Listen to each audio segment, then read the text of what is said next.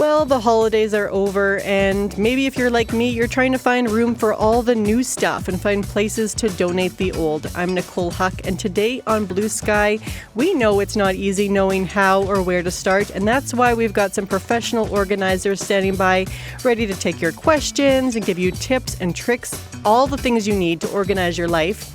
And we'll also tell you about where you can take the things you don't need. So if you have questions or a space you need help to organize, if you have developed some kind of method that works for you and you're on a path to decluttering, we want to hear from you. You can call us at 1-800-716-2221 or you can email bluesky@cbc.ca. Well, if you feel like clutter is building up in your home and maybe you need some advice, our guest today can help. So I'm joined by Linda Chu. She works out of Vancouver. Her business is called Out of Chaos. Linda, welcome to Blue Sky. Thank you for having me, Nicole. Thanks for being here. And Amanda Lay is in the Regina studio with me. She's a Regina clutter coach. Amanda, welcome back to Blue Sky. Hi, thank you.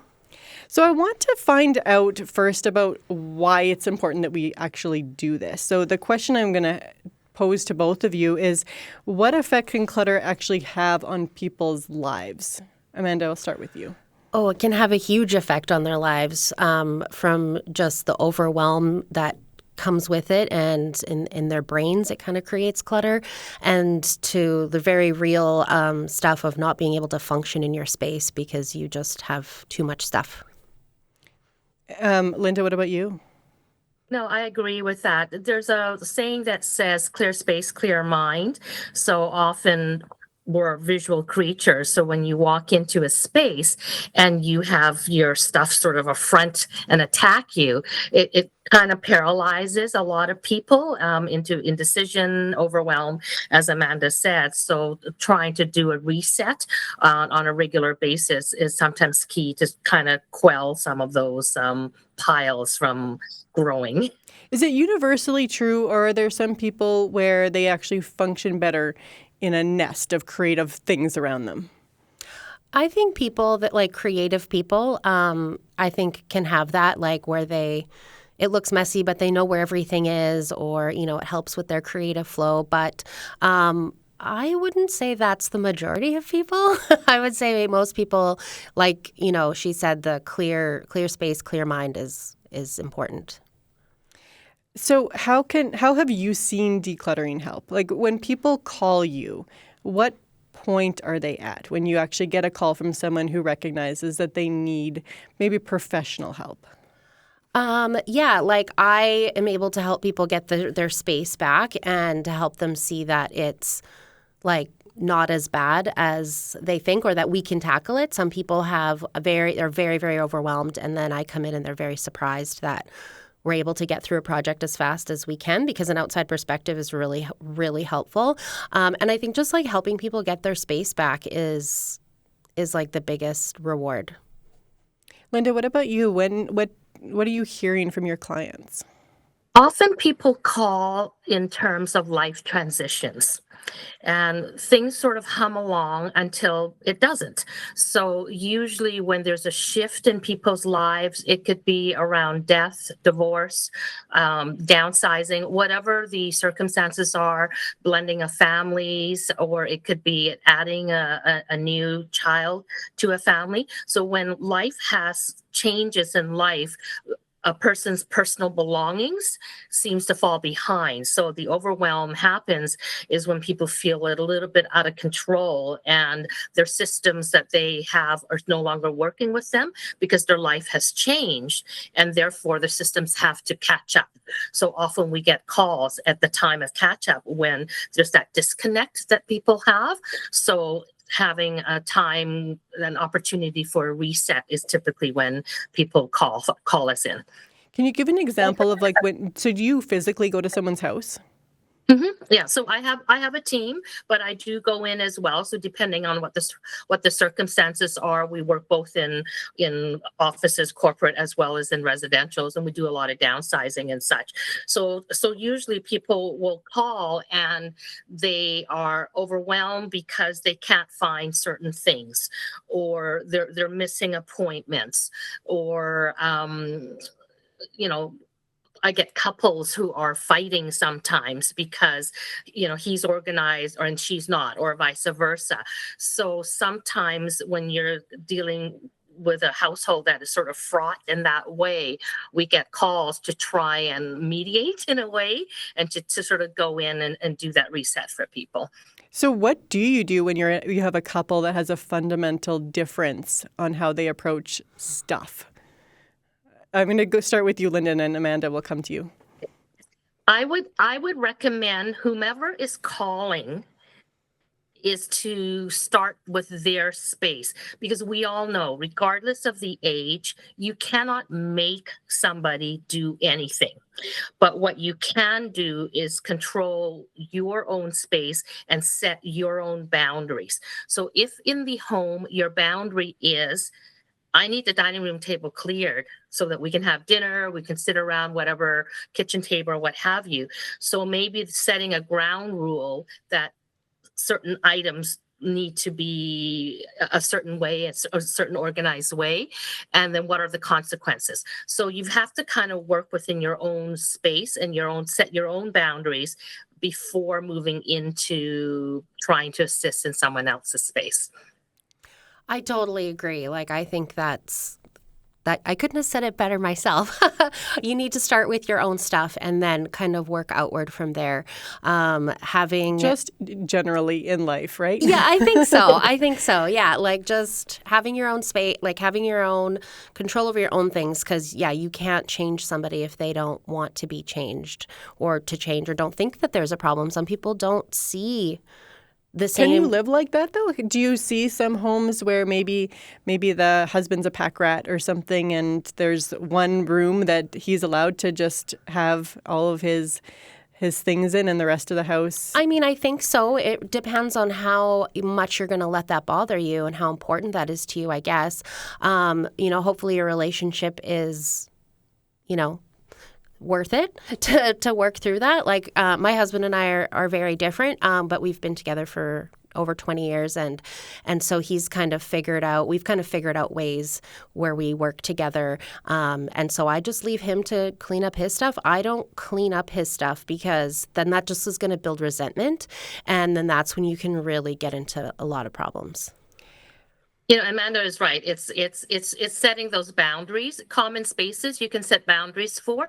It's like you can't make your child or your husband or your partner clear their room or clean up their space, but you can work on setting boundaries on common spaces in terms of what gets collected where. And it might be, I know it's an extremity, it might be, especially when you have younger youth and kids, it's sort of like anything on this table, you're going to put it into clear bags, mind you. It's all going to get into the clear bags. It all goes into the laundry room. And basically, garbage day is Thursday. If it's not, picked Why up, are they clear it's bags? all going to go into the garbage. So you can kind of see what's inside. Okay. And but you're not going to throw away the iPad, the laptop, and things like that. But things within reason. But it's consequences. You have to follow through. So if someone say, Mom, where's this? And it's like, did we not have this ground rule? You got to put it away or it's going to go away. So you have to kind of pick and choose your battles and the lessons that you teach your family. So when do you know when your stuff is becoming a problem? When does it go from just regular clutter to a problem? I think it's when you're having a really hard time keeping your space clean, when there seems to always be something out and it's like bothering you, overwhelming you. I think that's like a starting point. Lots of people don't reach out for help at that point, though. They think they can do it, or they become blind to it. I like clutter blindness is like a real thing. But oftentimes it's like when you are losing things or you're having to buy replacements of things because you can't find it. So you're wasting money and time and just not being able to function in your space is the key thing. Linda, what about you? No, I agree. Time and stress. I always say three things. Keep everything, provided one, you have the space, that's relative. Two, you can find it in a reasonable amount of time. And three, with as little stress as possible. If you don't have two of the three, there's a shift that needs to happen. And it's always around time and money. It's gonna if you're you have batteries, but you just go out and buy more because you can't find where your batteries are, and you can't find the keys. You're constantly losing things, or you've got to move 3 piles just to get at your jeans. So it's all that time and cost equation, that balance. How long should you keep old cords? Do other people have a technology box of things that... We do. Okay. I do. Just like the obsolete stuff, and you're like, where is the thing that this plugs into? Yeah, my husband's in charge of that because I don't really know. Okay. But we do have like a thing of drawers that has like our tech in it. And so it's nice that everything's in kind of one place if we need a charger or whatever. But one of the bottom bins is a big tangle of cords. So he goes through it about once a year. I make him go through it. And we were actually just talking about this the other day. And he was like, yeah, if it's not HDMI or whatever, then I'm getting rid of it because like we're never going to use these things. Like the tech is obsolete. So why would we need a charger for this thing that we don't even own anymore? So yeah. We'll circle back to this in our second half hour when we have someone from Saskatoon who can help us know where to take that kind of stuff. But I want to get to a question from someone from the audience. So I'm going to play us a little piece of tape here. My name is Caitlin, and I have a question about how to deal with guilt when getting rid of things. I find in my life I am a pretty sentimental person, but I also find a lot of guilt when I actually do get rid of things and I don't know what's going to happen to them once they leave my house. Like, for example, will the item end up right in the landfill, or will it be priced too high at a donation center? I just am wondering if you have any advice for someone who feels that way when it comes to cleaning out their items in their home. Amanda? It's so hard. It's so hard. I always tell people to leave sentimental items to the end because you have to build that decision-making muscle. And if you're feeling guilty throwing away simple things, there's got to be a mindset shift, in my opinion. Like, thinking about those things and where it's going to go and whatever is important. And I think once you kind of get to a baseline in your home, you can be more diligent about where things go. But if you're starting from scratch and you just have a bunch of stuff that needs to go, it needs to just be donate, trash, or whatever, just very broad things. And try not to think about it, I guess. Lynn, did you have thoughts on that? I do. This time of year is very interesting because everyone feels that's the new year, new life, new me, new goals, and setting in all of these, resolutions and so forth. Sometimes it's not so quick in the sense that one has to really take a step back. It's not about, if you haven't used it, let it go. And it's not about volume. It's really about identity. Every item that we have has a memory attached to it, has an intention. You've paid good money for it. So that's where the guilt comes in, is not having fully realized the full use of an item. You've paid good money for it. You're looking around and you're looking at all this stuff and you're like, that all represents time that somebody has it's a time traded in your for life. money. Yeah. It's a time in your life, and it was purchased with intention, but it's about that intention or the lack of use of that item, which is where it's wasteful. So if you had purchased something and you had paid good money for it and you haven't used it, part of that guilt is, well, I should use it. I paid good money for it, and maybe it's about being kinder at this time, at all times in our lives, to really look at, where is your life right now? What is important to you? It's really about choosing. I know it's easier said than done. It's about your stuff or your space. If you want your stuff, it will take up space. If your space is more important, you need to let go of some of your stuff.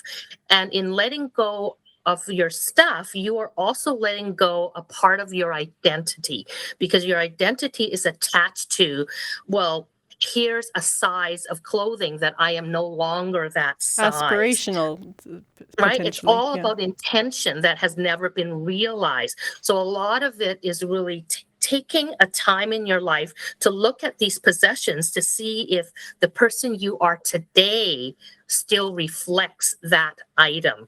So it's a lot of thinking back and a lot of inner work prior to dealing with the possessions as well.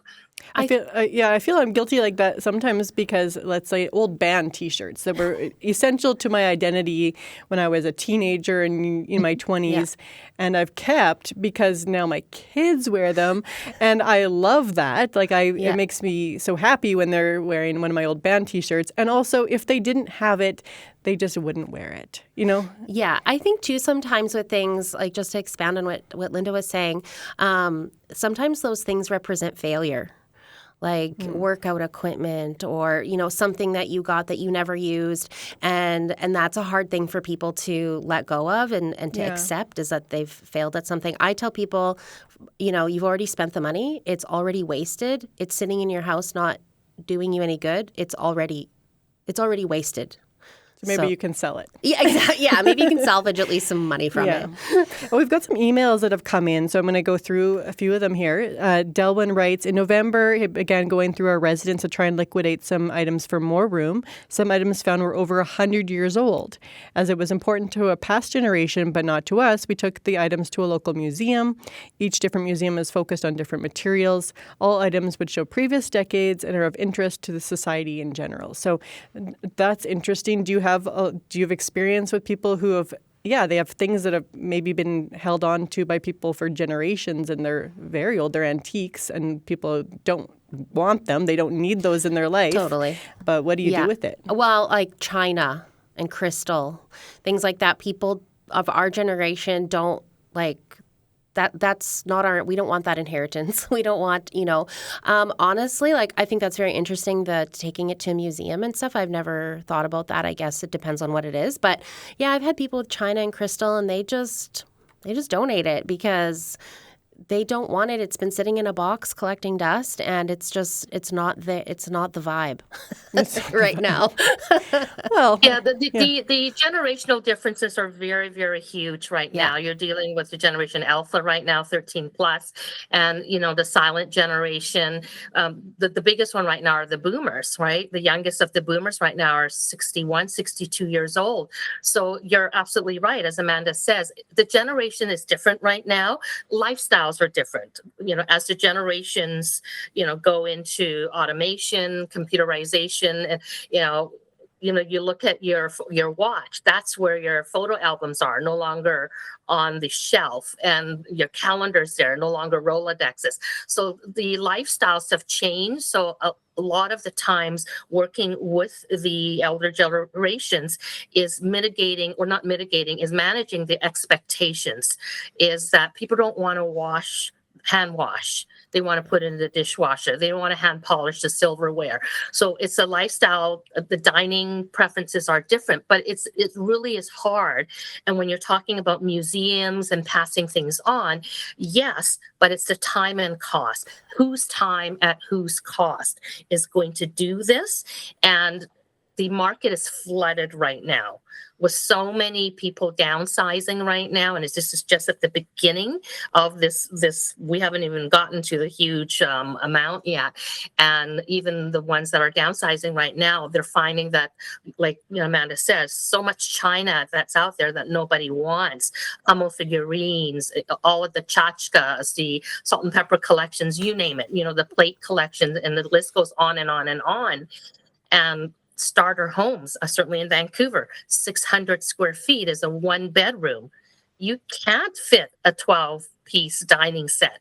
China cabinets aren't appropriate, and the list goes on and on. Well, let's just be clear that nobody needs to be buying new plates ever true. again, or mugs or whatever. It's true. The thrift stores are flooded with those Yeah. things, right? Like it's so true. So it's really like you might get rid of those things and they might end up in the landfill and you might feel guilty about that. And so I just kind of think, well, let's think about what we're purchasing and what we're bringing into our homes going forward. And let's use that china if you have it. Exactly. Just use it. Use a good china. Yeah, burn the candles, use the china. Yeah.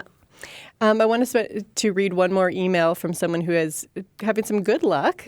So Jenna writes, I spent a lot of the fall away from home for work. And when I was finally able to sit down and catch my breath over the holidays, I realized I had accumulated a bunch of stuff. Where did it come from? How did I get so much? So with the new year, I decided I needed to make some changes. I didn't feel up to doing a whole-scale big purge all at once because those end up going nowhere for me long term. This time I decided I needed to get rid of a minimum of 5 things a day. Maybe that's clearing out product samples, books I've read and will never read again, finally organizing some papers and realizing I don't need them and I can recycle them. It's been a little bit of everything and anything. Realizing that hobby I was going to start, I never did, so I can probably move those things along to someone else who has the time for it. Today is day 5, and I can tell you I have already successfully purged more than 25 things from my space. Some are little, so it's not a big noticeable impact right now, but I know it'll be something I can stick with for the month before I'm on the road again. It also had the darker thought at one point of, geez, if something happens to me while I'm on the road, my family will also need to come in and deal with this mess, so I better get it cleaned up. So here's to decluttering 2026, 5 items at a time. Thanks so much for that, Jenna. I really appreciate that email. And if you want to share your experience, you can email us like Jenna did at bluesky@cbc.ca, or you can call 1-800-716-2221. Today we are talking about decluttering, what that does for our lives, why it's so hard, and what can make it easier. So I would like to bring in another person into this conversation right now. Lon Cola is a sustainability content creator in Saskatoon. You can find her at Do More Good on Instagram and Facebook. She's also the CEO and co-founder of Reroute, a small business in Saskatoon that picks up people's unwanted goods and recyclables. Last year, she took the business full-time, and they saved, get this, 69,000 pounds of stuff from the Saskatoon landfill. She's on the line right now. Lon, welcome back to Blue Sky. Thanks for having me. 69,000 pounds. That's staggering. It's so cool to hear the impact when you add it up. Each day that I do pickups, I weigh everything. So I know, this was a big day. This was 1,000 pounds, and it adds up pretty quickly. So you've been listening to the show so far. I'm sure there was times where you wanted to chime in. What's been your takeaway so far? I think everyone right now just has that urge to purge, just wants to declutter. And I think that used to happen when everyone wanted to spring clean in April, May. And now it's happening the second we take that Christmas tree down. And I think it just goes to show, how much everyone overconsumes, how much stuff we all actually have that we don't need. So let's take a step back. How do we make sure that we don't have a house full of things that need to be redistributed in the first place? I know this is something that's kind of near and dear to your heart. Yeah, I've been talking about that a lot on Do More Good lately. I think it's very hard. It's not easy, but I think it just all comes down to, using what you have, repairing what you have, taking care of your things. If you need to get something, try get it secondhand. But, really, really thinking about what you're purchasing. I myself like to wait at least 48 hours before making a purchase. Usually I wait up to a week, and it actually really it slows that down. It makes you think, and by the end of the week, you probably forgot about it, or you might not. You're like, I don't really need that, so why waste my money on it? So what does that look like for you? Does it mean putting something in a cart and then leaving it? Or how do you have a week to think on things? I kind of just think about it. And maybe if I don't make those carts, I don't get the email reminders, that you have stuff in your cart. And that helps me to forget about it. Usually if I find something I want, I can make a list on my phone, and then I'll try to source it secondhand because you can really find anything secondhand these days if you put the effort into it. I also like to challenge myself. Last year, I did a rule of five where I tried to buy only 5 new things for myself: jewelry, shoes, clothing. So I think fun challenges like that always help along the way. And how did you do with your challenge, your 5 new thing challenge? So last year I only bought 2 new things, and then, well, 2024, and then 2025 I did 7. So I went over, but it really still just made me think about every purchase. Every single purchase was intentional, and I'm a big Blue Jays fan, so the World Series run had me buying some new merch. So I think that's forgivable. Yeah, you bet. When we spoke to you last year, that your business was new, was brand new. So just take us a year later, remind us how this business came about and just how you've seen it evolve over this last year. Yeah, I have, like you mentioned, my sustainability account, Do More Good. So people were always messaging me anyways, asking, Lon, where can I recycle this? Where could I donate these items to? And I was almost that bridge to help people do it. And my husband actually was like, why don't we take this a step further? Because I really believe that everyone is trying to do their best. And, no one wants to throw a bunch of stuff out. They want to donate it, but you want to make sure you're donating it to the right place, that it's not actually getting to the landfill, that people can use it. So we kind of took it a step further, and people book a pickup with us. They set it outside, we pick it up, and we do all the sorting, sort every single item and take it to where it can be used and where it needs to go. What are some of the most common things that people have you pick up at their homes?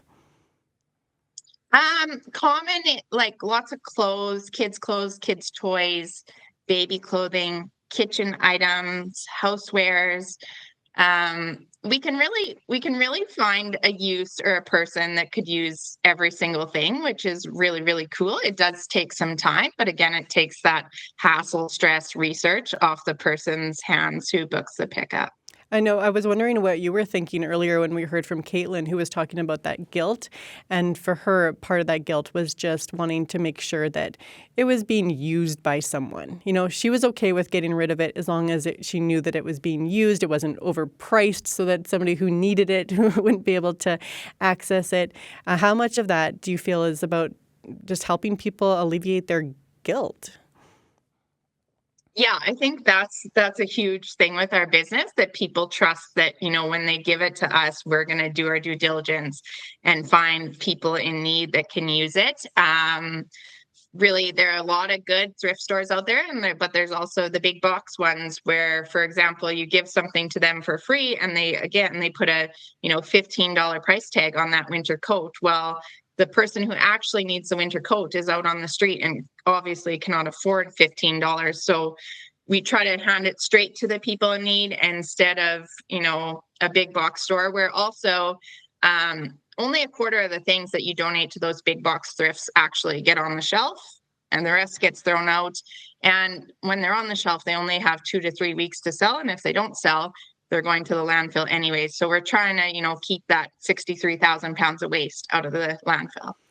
Those numbers, that's really tough pill to swallow, I think, for people, right? And I do know that a lot of places, people want to get it to the right places, but they're working during the times when people have a proper business. So do you see a need for more businesses like yours expanding to different parts of the province? Have you had anybody reach out to you from other places saying, I could see that happening in Regina, Prince Albert? Amanda's nodding along here too. Yeah. We're the kind of the pioneers of this. When we went to set up our business, there was no one doing it, no one like us. And yeah, we get every week, we get asked to come to Regina or throughout the province, throughout the prairies, and we would love to expand. We really, really do see the need. And like you said, it takes a lot of time for people to not only drop it off in hours of places that are open, the research, but it actually changes so often. I'm on the phone every single day asking organizations, do you actually need this? And, like we're actually full. We got too much of that, but we're looking for this. And, they don't have time to be updating websites and stuff. So that's just a thing people don't have time for. What do places not want right now? Well, honestly, a lot of places are full right now, still with donations from the fires in Saskatchewan. But really, I think the number one thing is probably just making sure that the stuff you donate is clean, in good working condition. If you would still use it, you just don't have the need or don't use it anymore, then yes, donate it. But don't, just because people can't afford it or are unhoused, they don't deserve garbage, right? You shouldn't be donating stuff that, with the intention that, oh, someone could fix that. Well, no one really that needs it has the time or the financials to do that. And also donating things that are in season. It's very hard to get rid of a pair of flip-flops right now. People need the winter boots, the winter jackets. Maybe save some of those donations when we head into the spring, summer season. Okay, this is all great information. I'd like to go to the phone lines because we have a call from Arlene in Regina. Arlene, welcome to Blue Sky. Thank you. Arlene, what did you want to add to the conversation today? Actually, I'm curious. I have a friend here in Regina that is borderline hoarding, and is there a service where this person could get help to learn how to declutter his home? Amanda, I'm going to go to you. I don't know of anybody specifically that really deals with hoarding. I have done some. It does depend on the scope of the work because I am just one person. So, but yeah, like Right. Definitely that is something that I could help somebody with too, is talking to them and just kind of helping to see where they're at and helping them maybe go through the decision process maybe. Arlene, why are you Yeah, concerned just a about your comment. friend? Yes, I'm concerned. And do you have a phone number where he could contact you? Yeah, I do. I can give it to you now. It's Okay. It's 306 Okay. 537 537. Okay. 5266. Okay. And also, if there's Okay. anybody else listening at home, like we can put you in touch with Amanda after the show. So you can email bluesky@cbc.ca. But Arlene is not alone. Probably most people know somebody who's struggling with stuff, whether it's a clinically diagnosed as hoarding or not, but definitely where things are getting in the way of functioning households or functioning relationships because of stuff, or not being able to have people come to their home out of embarrassment or just not lack of space. So I'm curious, Linda, I'm sure that this is something you probably come across as well. What do you do if you want to help out a friend or a family member? Specifically around the hoarding side, or Yeah. just helping? On the hoarding Well, side. there is the Institute of Challenging Disorganization, ICD. So they are an organization that specializes in chronic disorganization, and hoarding is being one of those. And there's a certificate program. It's a membership-based organization as well. So you can go to that particular organization to see if there is a service provider in the community that you're looking for, and or maybe off the offset some virtual support with that.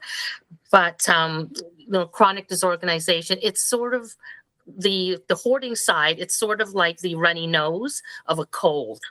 So, the hoard is a sign of something more emotional. So there is it is it's clinically a medical disorder with that as well. So more often than not, the people who are afflicted, and I'm not a specialist in that arena, but those that are affected with hoarding disorder, there are some clinical diagnoses, some assistance that can help, whether it's the foundation is around depression, there's many different life events that may have led to the hoarding disorder with that. So I would suggest going to the Challenging Disorganization site to see if there's some assistance there, whether it's reading materials or someone in the area that can provide service. Linda, thank you. Arlene, is that helpful? What is her first name? Like, if he should call this number 537-5266. That's Amanda. That's for Amanda. Amanda. Yeah. Okay. Amanda Lay. Okay. And she's under Regina Clutter Coach, but soon to not be Regina Clutter Coach. So Amanda, you have some bad news for Regina, good news for Calgary? Yeah, we're going to be moving. So I'll probably be done taking clients in Regina about April. I'm not entirely sure yet. But yeah, so if you are needing some help, don't wait. Okay, do it now. Yeah. And just like, there's not a lot of you. We were talking about this before the show. There's not a lot of people doing the work that you do. Obviously, there is a need. If you have some very organized young people in your life right now, maybe you steer them towards a career. Totally, absolutely. And there's also the National Association. The Professional Organizers in Canada is a national association, so you can actually take a look at that as well. Organizersincanada.com is the trade association that I belong to. Lon, I want to talk about, I think that there's this, like if you had a Venn diagram of creative people and environmentalists and hoarders, like there is some overlap, because I think it's just that people see everything as opportunity, right? Like you see all the recycling and you're like, well, I could make a craft with that before I recycle it. Or you see this stuff and you're like, well, wouldn't it be great if I took those window panes and made it into some kind of cool wall thing, or, where is the struggle there with it when you are looking at it through an environmental lens and wanting to like reduce and reuse before the recycling? I think you're talking to the choir. I think every environmental type person has a cupboard full of jars that, this is a good jar. I might use this for something down the road. I think reusing stuff before it gets recycled, before it hits the landfill is great. But again, it fills up your mind, it fills up your space. And I'm guilty of that too. I have 3 young kids, so they always are pulling stuff out of the recycling to make crafts and hiding it and taping it to the walls. And it does become cluttered. But I think reusing is great as long as it's not affecting your Do you have a time limit? Do you have like there's all the boxes from Christmas, which are also not just boxes, right? Those are castles and those are spaceships and those are forts. Yeah. I got my son a set of like cardboard tools and screws, so he has been building all the things with the cardboard. Okay, because people have a lot of cardboard in their lives these days. I don't think this is a past generation thing where people have had so much cardboard. But I want to go back to the phone lines. Dave is on the line in Saskatoon. Dave, welcome to Blue Sky. Hi, thanks. So my mantra, I'm 78 now, my mantra has been, someday this will be worth something. So I've got little cards that came in my dad's cigarette packages when I was 5 and 6 years old. I inherited an old record player that took those cylinder discs, and this will be worth someday. And then from my parents, I inherited a bust. It's sort of a porcelain bust of a lady nursing a baby, and I look at the bust and I look it up and it says, oh, this might be worth $500. It's a second generation middle class, lower middle class British kind of thing.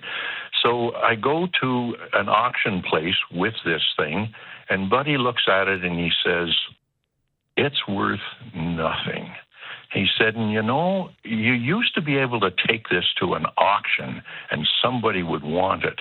He said, I'm an auctioneer. I can't even do auctions anymore because everything is online and nobody wants anything. How does that feel when you like? How do you feel when you look at that bust that you thought maybe it'd be worth something? Does it at least bring you joy? Yep. No, I've re-looked at the thing. It's still sitting in its prominent place on the shelf, but I look at it and it's the memory of my parents, and that's all it is. It's not anything that I'm going to be able to make some money off someday. You know, every baby boomer who dies leaves a whole bunch of stuff that less and less and less nobody's going to want anymore. So for me, it's the sentimental value. I tried to donate the old record player to the Western Development Museum. So I phone and I get through to wherever they are in their archives, and they said, "I'm sorry, Dave, we don't want it. We have 6 of these things." Dave, I think you've really hit a nail on the head here in terms of what the like this bigger problem that we have as a society at this moment, right? With all this stuff that you think like a museum would want it, but they have 6. They don't need 7 of them. So I'm curious, Linda and Amanda, Lon, like you. What do we do? What do we do at this point in time where there's houses all over this province that are filled with things that nobody wants? What do you do with them? Well, I think it's true that they're not worth what you think or somebody's told you. I have an example where my uncle was a big collector, and my sister got a bunch of his Star Trek figurines and cards, and they were never used or taken out of the box. So this year I took them out of the box and I put them on my Christmas tree and I used them, and I was like, he would never have done this because he thought they'd be worth something. They're not worth anything. And so it's just a matter of picking and choosing the things that you want to keep that hold sentimental value to you, and appreciating them for that, I think. Linda, is there anything and there's that saying, use the good china. A lot of the times, as Dave was doing, is about managing the expectations. Yes, people, thank goodness, and not so thank goodness for Google and everything. People are Googling and they're like, but it's on Craigslist for this, it's on Google for this, or it's on Marketplace for that. That's what they're listing it for. You never, ever know what they actually sold it for, if they even have sold it at all. That's a good point. So right? The expectations are really heightened as a result of that. And in reality, it's really, really hard to sell. So valuation is many. There's the emotional value, there's the purchase value, there's the resale value. So there's many different valuation points of an item, and more likely than not, it is the emotional value that is blowing up in someone's head. So use the good china, take it out. Where the regret and where the sadness comes in is that one has paid good money for it, they haven't used it, and therefore they feel guilty in letting it go because they paid good money and it's been unused. So my challenge is it being wasteful to keep something, have it covered in dust, and not have it being used to its full intent? So then pass it on where those that are in need and have limited funds, so that they can embrace the full use of something, knowing that it will go to good use and not sitting there collecting dust. We're coming up to the end of the show. I could talk to you for hours and hours, but if there are people at home like Dave, people who have a house full of things that they're thinking about. I know I referenced Swedish death cleaning at the start of the show, and maybe someone can jump in and tell people a little bit what Swedish death cleaning is. But I do feel like it's such a kindness that you can offer people as to deal with your own things, so that you're not leaving it to others. But Linda, can you help us understand a little bit about what the philosophy behind Swedish death cleaning is? Yeah, the Swedish death cleanse is in Sweden, sort of around the 50-year-old, in the 50s, it's embracing the practice of downsizing and actually returning things to where they were gifted, So, you gave me something, Nicole, then take it back, so to speak. And it's the the practice of clearing, taking care of their home, so that when they finally do leave this world, they're not leaving this huge burden and guilt and responsibility onto other people, not to mention the cost. And I'm sure Loni could speak to that. You're dealing with, certainly in Vancouver, about, $80 a cubic yard for removal. So, to fill a truck, $1,500, $2,000 easy. So when you're talking about the millennials, not the millennials having to deal with the boomers generation, is a huge cost, tens of thousands in some cases that we've seen of removal costs just to clear out, 3-level homes and basements, attics, garages. That's and not things even like that. talking about storage units. It's a whole other industry that's emerged in You recent can buy years. Christmas brand new every year rather than storing it in a paid storage locker. Yeah. For sure. So I want to end with a little bit of hope, a little tip from everybody. I just want to give, if people are looking for one little thing that they could do, we'll make it quick. Amanda, we'll start with you. I just say start small. Start with a drawer, start with a cupboard, start with a surface, something small, and you'll be able to gain your momentum from there. And Linda, what about you? Likewise as well. Start small, but also, deal with the easy items. It's like writing an exam. It might go through and just get rid of all the recycling, or go through all the easy stuff and then leave the tougher things till later when you have created momentum. And I also was one of those people who read that Marie Kondo, what is it? The life-changing magic of tidying up. Yeah. But she had said to take everything out of your closets and then just put everything into piles. So like things that are like all your pants. And then you're just looking at all and you're like, oh, I have a lot of pants. And all your books. And then you decide what you want to put back, what sparks joy. Instead of deciding what to get rid of, it's what do you want to keep. She's controversial. Everybody's controversial. And I think that she even changed her tune a little bit after having kids, because let's face it, it's really tricky when you've got little humans in your house that all have their own emotional ties to things. But Lon, if there are people in Saskatoon who want to access your service, how do they do that? We're just online at www.reroutesask.ca, at reroutesk on Instagram. So we're pretty easy to find. One tip I'd leave people with, no matter where you are throughout the province or Canada, if you are not wanting to sell stuff, but you want to get rid of it and not get it to the landfill, wherever you are, there's so many online Facebook groups that are, Regina, Free Cycle, Saskatoon, Swift Current, wherever. And you might just find, there's that one person on there that might say, hey, that record player looks like my grandpa's. There we go, Dave. That's for you. So today we were talking to Lon Cola with Do More Good in Saskatoon, Linda Chu, professional organizer out of Vancouver, and Amanda Lay with, you can search Regina Clutter Coach.